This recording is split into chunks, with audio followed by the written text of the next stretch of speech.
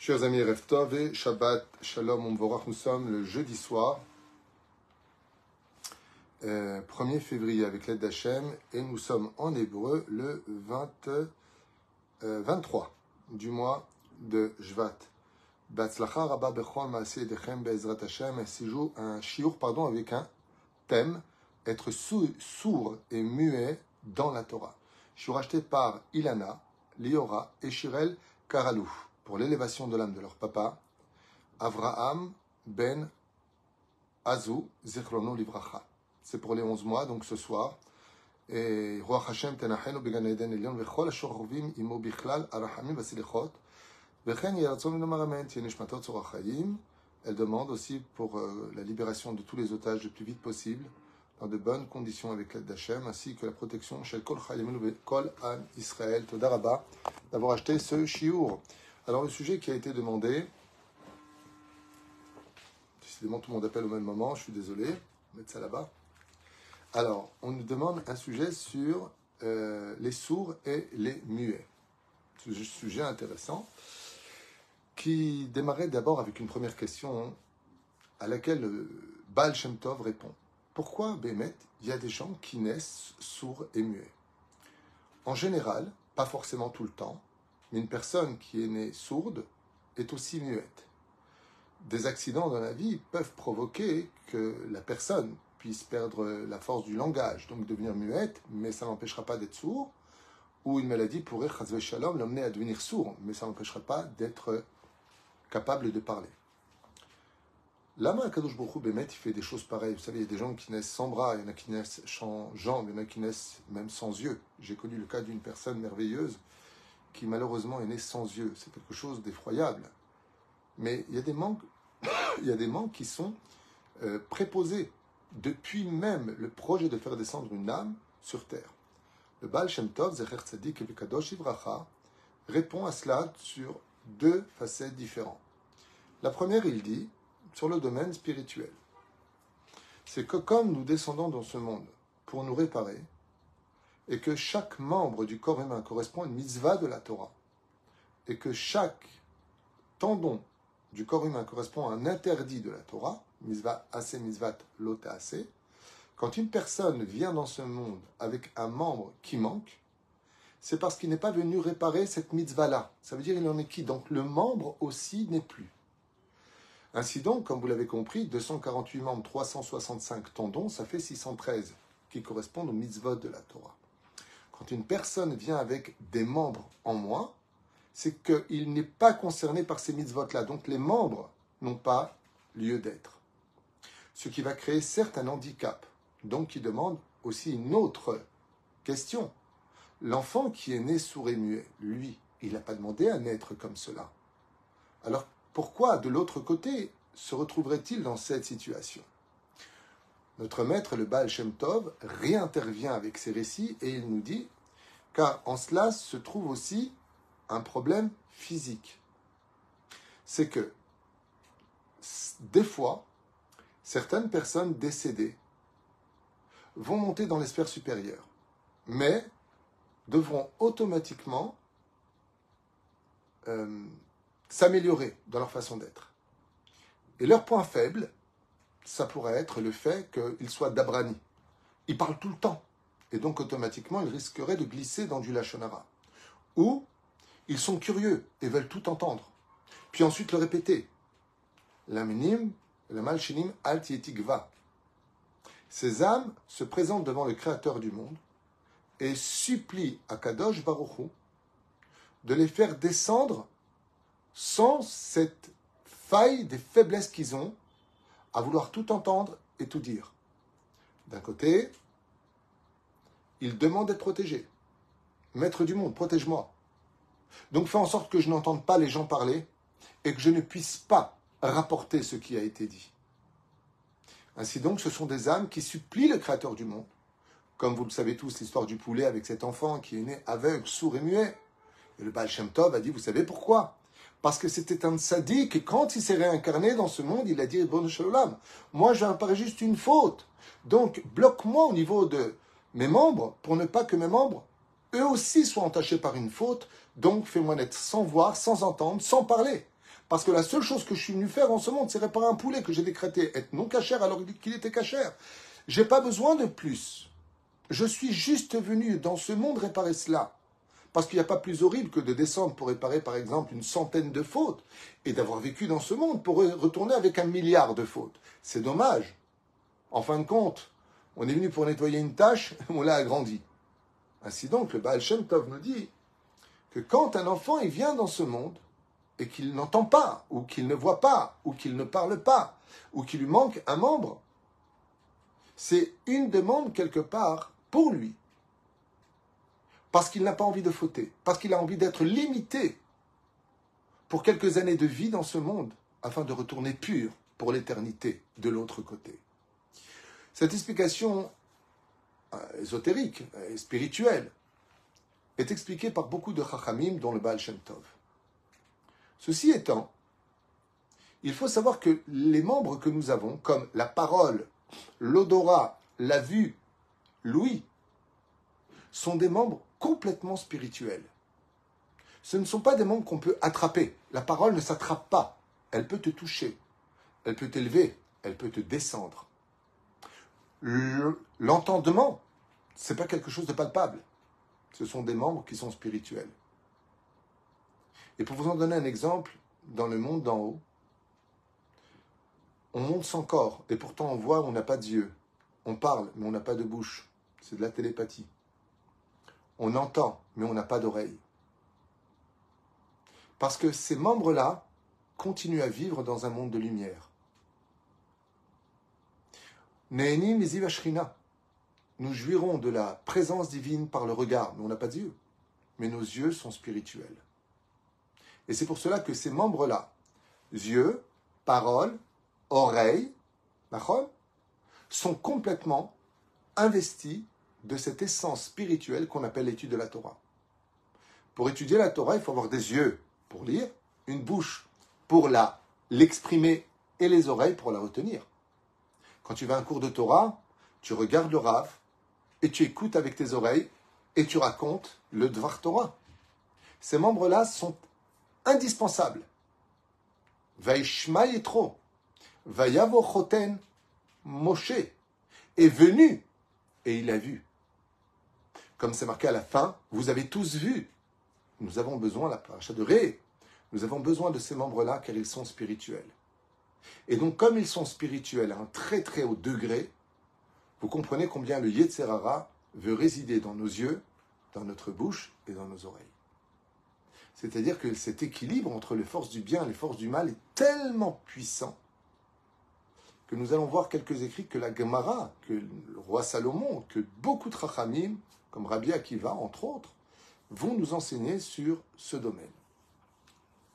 Belachen, un Cheresh et un Choté sont déjà réparés spirituellement car quittés d'une certaine façon les mitzvot.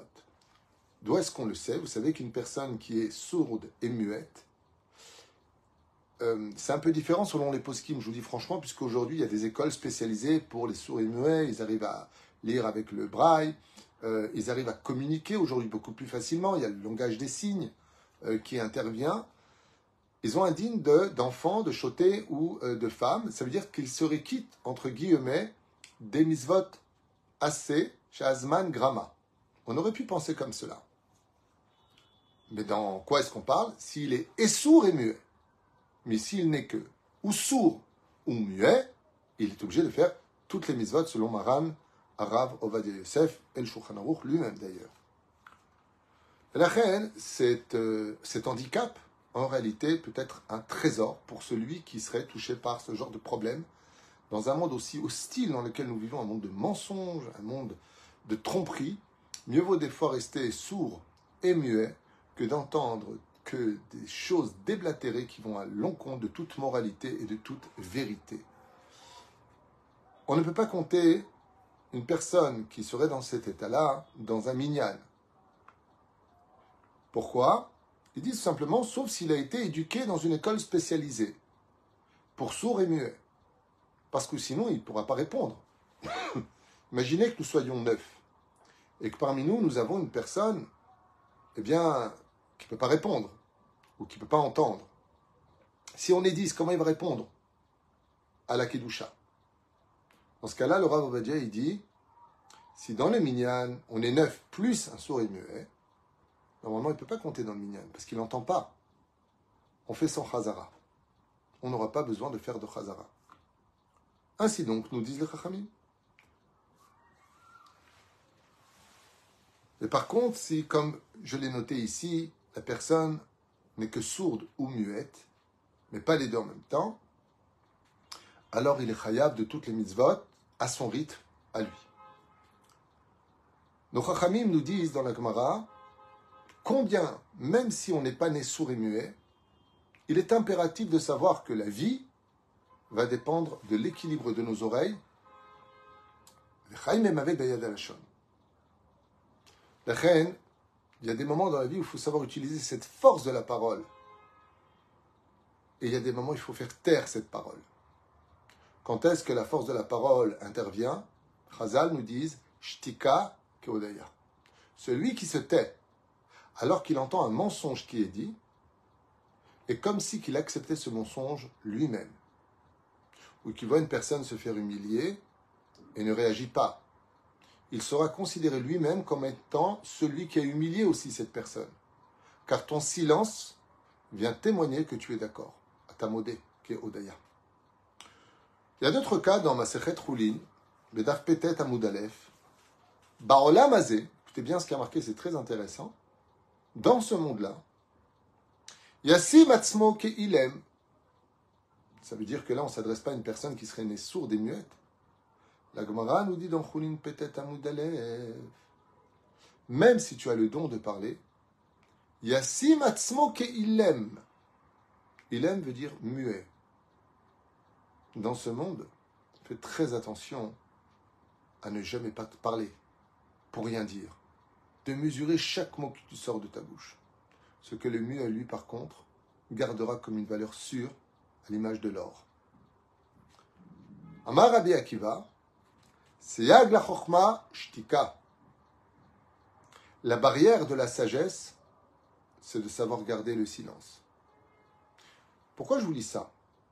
Ce qui est extraordinaire, c'est que on parlait tout à l'heure, d'une personne qui est née sourde et muette. Mais les Chachamim nous disent que même si tu n'es pas né sourd et muet, tais-toi et n'écoute pas. Prenons le cas de Louis. Le fait d'écouter. 3 personnes se réunissent et ils font du lachon hara. L'un exprime aux 2 autres des vérités sur une autre personne. Il colporte des choses. Qui est celui qui est le plus blâmable? Celui qui a parlé ou celui qui a écouté? Chafetz Chaim dit celui qui a écouté est encore plus blâmable. Parce que celui qui a parlé, c'est vrai qu'il a parlé, parce qu'il avait qui l'écoutait. Et si celui qui l'écoutait l'avait fait taire, il n'aurait pas fait ni la verra de son côté et il aurait évité à l'autre de faire un péché. Et ainsi donc, on voit que des fois dans la vie, comme je l'ai lu, je ne me rappelle plus dans quel livre, je vous dis franchement, je ne me rappelle plus dans quel livre, je crois que c'est dans peut-être Shomer et Mounim, je ne me rappelle pas, il y a très très très longtemps, ou dans Rabbi Taya peut-être, là-bas il y avait marqué que certaines personnes, quand elles quittent ce monde et qu'elles se rendent compte de combien les yeux, comme Korach, qui a tout perdu à cause de ses yeux, de sa sale bouche, et des oreilles qui ont entendu les conseils de sa femme. Et oui, Korach, il n'y a pas que ses yeux, dit le Zohar Kadosh, qui l'ont fait tomber. Non, le Zohar dit que ses yeux l'ont fait tomber. Mais il n'y a pas que ça. Il a entendu les mauvais conseils de sa femme et il a ouvert sa bouche sur Moshe Rabbeinu. Mais c'est Bahia. Un homme comme lui, j'avais lu, quand il part de ce monde, il verse des larmes de sang et dit au Créateur du monde, pourquoi tu m'as fait naître avec des yeux? J'aurais préféré être aveugle. Pourquoi tu m'as fait naître avec une sale bouche? J'aurais préféré être muet. Pourquoi tu m'as fait naître avec des oreilles qui ont entendu que de mauvais conseils? J'aurais préféré être sourd. À l'image de cette femme qui s'est mariée avec un PN et qui dit j'aurais mieux fait de me casser la jambe au lieu de rentrer sous la roupa. J'aurais préféré que tu me casses ses membres que de les avoir mis dans un mauvais couloir. Parce que les conséquences de ces membres-là sont sans retour. Si on n'est pas capable de les purifier, c'est qu'automatiquement on est reparti de ce monde rachat. La teshuva consiste justement à les purifier. Ce qui fait qu'un sourd et un muet sont déjà à 50% depuis leur naissance tzaddik. Ils sont déjà tzaddik, dit le Baal Shem Tov. Et s'il n'avait pas les yeux, tzaddik gamour, parce que là, il ne peut plus fauter du tout. Il ne voit pas ce qui est interdit de voir.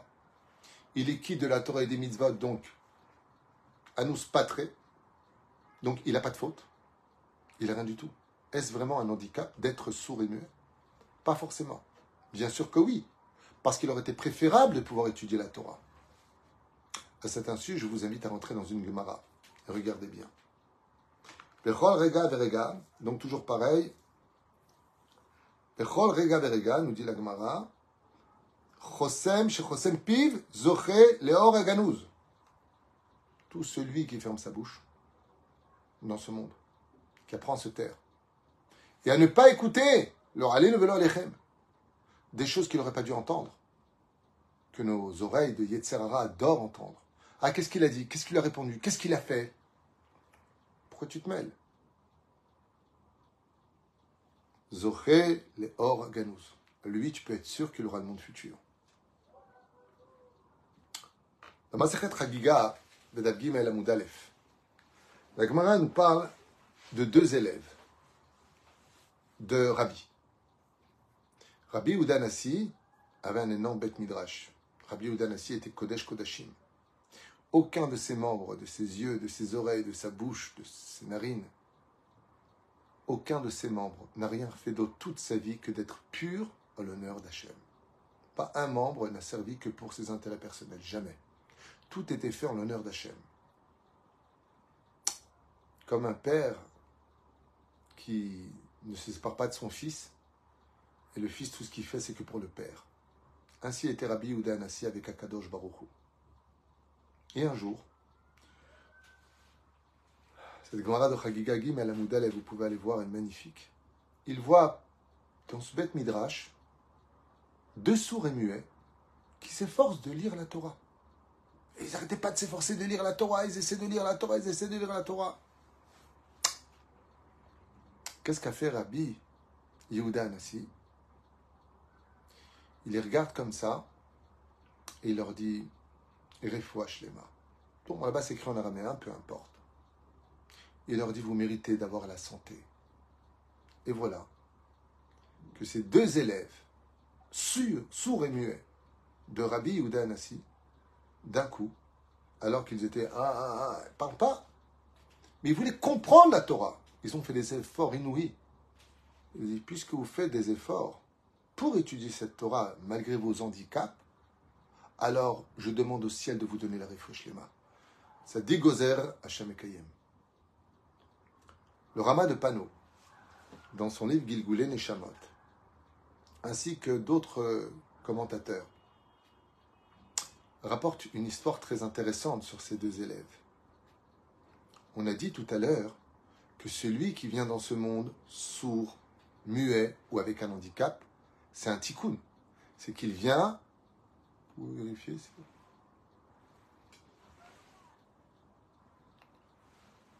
Ouais, il marche. Le micro est là. Je sais pas. Voilà, je pense que c'est bon. Vous entendez pas?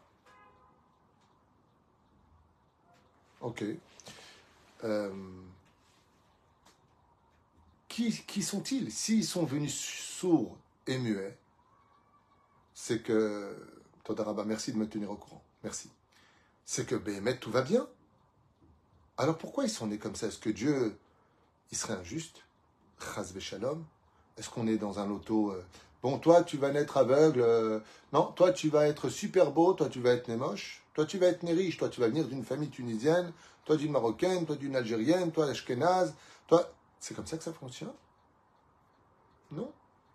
Le créateur du monde, il n'y a rien qui est laissé au hasard. Rien, chers amis. Alors écoutez bien. C'est très sympathique. La Torah, quand on ouvre un petit peu plus, on veut essayer de comprendre. On y découvre des choses merveilleuses.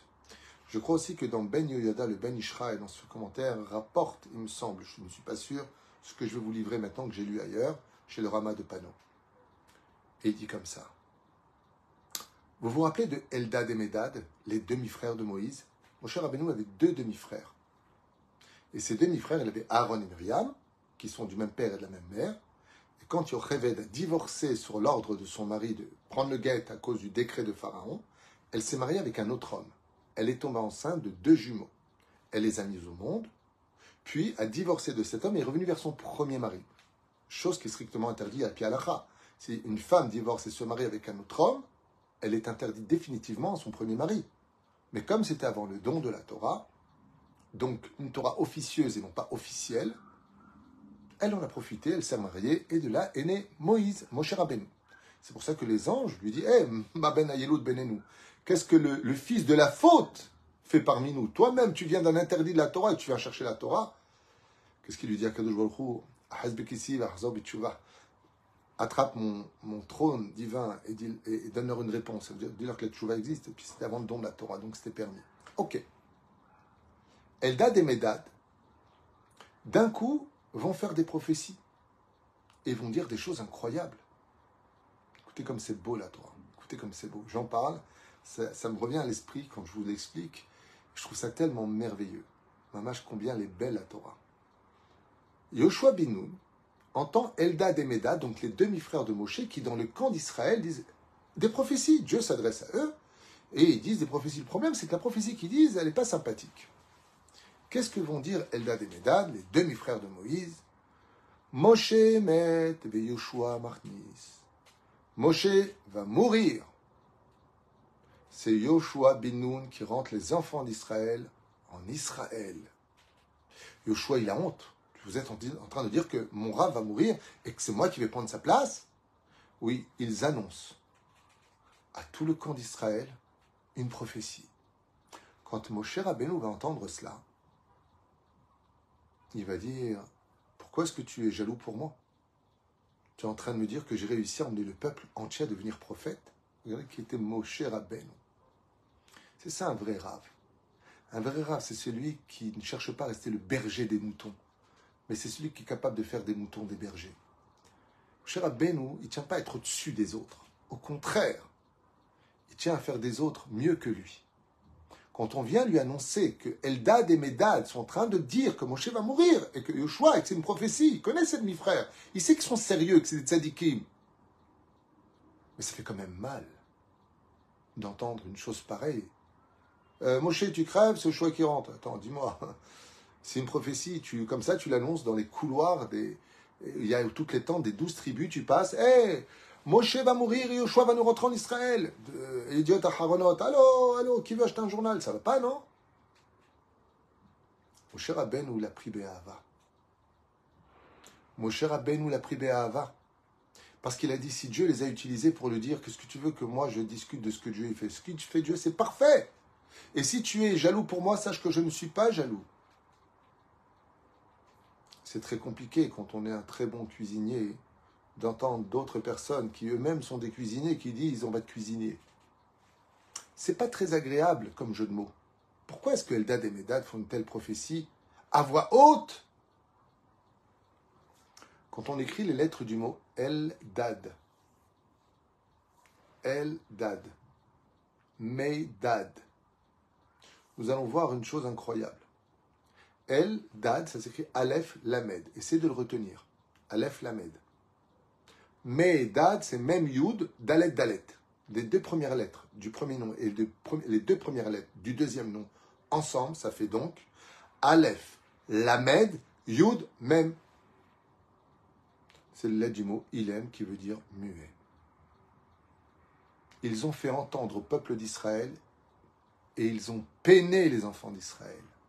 C'est vrai qu'ils ont dit une prophétie, mais nos chachamim nous disent, en disant cette prophétie, et manquant un peu de délicatesse, Moshe met, alors que notre tzadikim, d'Afka, il y en a deux pour lesquels c'est marqué qu'il ne meurt pas, c'est Yaakov Avinu, et c'est Moshe Rabbeinu. Ah, c'est quand même un peu difficile de dire qu'il est mort, et pourtant ça marquait Moshe met, Yoshua machnis. Les enfants d'Israël, ils ont eu mal. Quand sont morts Eldad et Médad, les deux frères, et qui sont montés en haut, ils ont dû se réincarner pour payer, malgré le fait que ce soit une prophétie, la douleur qu'ils ont occasionnée dans le cœur des enfants d'Israël. Ils ont annoncé une mauvaise nouvelle, même si c'était une prophétie. Alors Dieu les a réincarnés. Et comme ils ont parlé, ils sont revenus ilem. D'un côté, ils ont bien fait de faire, c'est une prophétie. De l'autre côté, ils auraient mieux fait d'être muets ce jour-là, en disant Dieu nous a parlé, mais on ne fait pas la prophétie. On va la faire avec pudeur. Ainsi donc, que les 2 premières lettres, pas les 4 lettres, que les 2 premières lettres, pas les 4 lettres, des 2 noms, c'est les lettres du mot muet. Et ainsi donc, Dieu les a réincarnés. Et chez qui les a fait grandir? Dans quel quartier? Celui de Rabbi Yehuda Hanassi, qui était la réincarnation de Moshe Rabbeinu. Quand Moshe Rabbeinu, qui était la réincarnation de Yaakov aussi Avinu, il y a plusieurs neshamot qui se sont liés dans ce géant de la Torah unique dans sa génération. Quand il les a vus, lui qui était le Moshe Rabbeinu du Dor, Rabbi Yehuda Hanassi, celui qui a compilé les Mishnayot, il a vu ses 2 élèves. Ils n'arrivaient pas à parler. Mais ils s'efforçaient d'étudier la Torah parce que leur vie, c'était tous les Shem Shamaïm. Ils n'avaient pas fait exprès de s'exprimer de façon aussi brutale dans le camp d'Israël. Alors, Rabbi, il leur a dit, moi je prie pour votre guérison. Tout comme Moshe Rabbeinu a dit, et alors, on va être jaloux parce qu'eux aussi sont prophètes? Au contraire. Quand un ingénieur arrive à faire de tous ses élèves des super ingénieurs, c'est une réussite pour l'ingénieur. Moshe dit, tu es en train de m'annoncer que j'ai réussi à faire des prophètes? Elle est belle l'histoire. Et ainsi donc, ces 2 élèves qui étaient la réincarnation de Eldad et Medad ont pu étudier la voix haute et enfin s'écouter parce qu'ils avaient réparé ce qu'ils avaient fait comme dégâts malgré la mitzvah encourue. Ainsi donc, quand on voit une personne qui est sourde et muette, on a envie de dire le pauvre, mince, dans le monde d'en haut, c'est lui qui rigole. Parce qu'il ne sera pas accusé des fautes les plus tapies à nos portes. Le lashon hara. Pas une journée ne passe sans qu'un juif ne puisse dire au moins du avak lashon hara. Eux, ils n'en font pas. Ils ne peuvent pas. D'écouter des choses qui auraient pu nous emmener, ils n'écoutent pas. Et la reine, qu'on comprenne que les mesures qui nous amènent dans ce monde à exister et à cohabiter ont tous leur charme. Une personne qui parle le langage des signes, très souvent, est véhiculée par le cœur. Les sourds et muets ont un cœur très particulier. Parce que tout comme nos lèvres expriment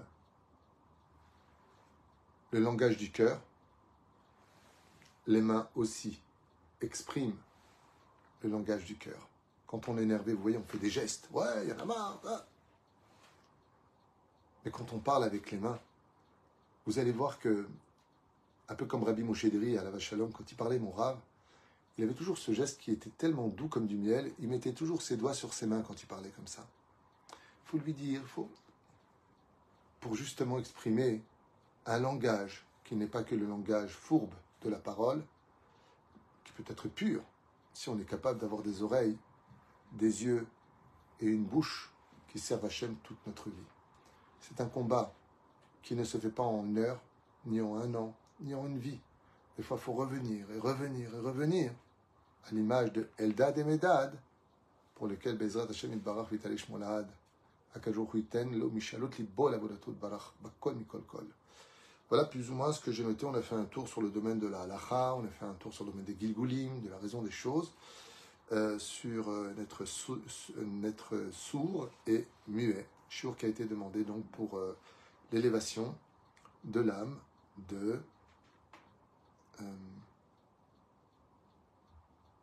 Avraham ben Azou, à la Vache Shalom.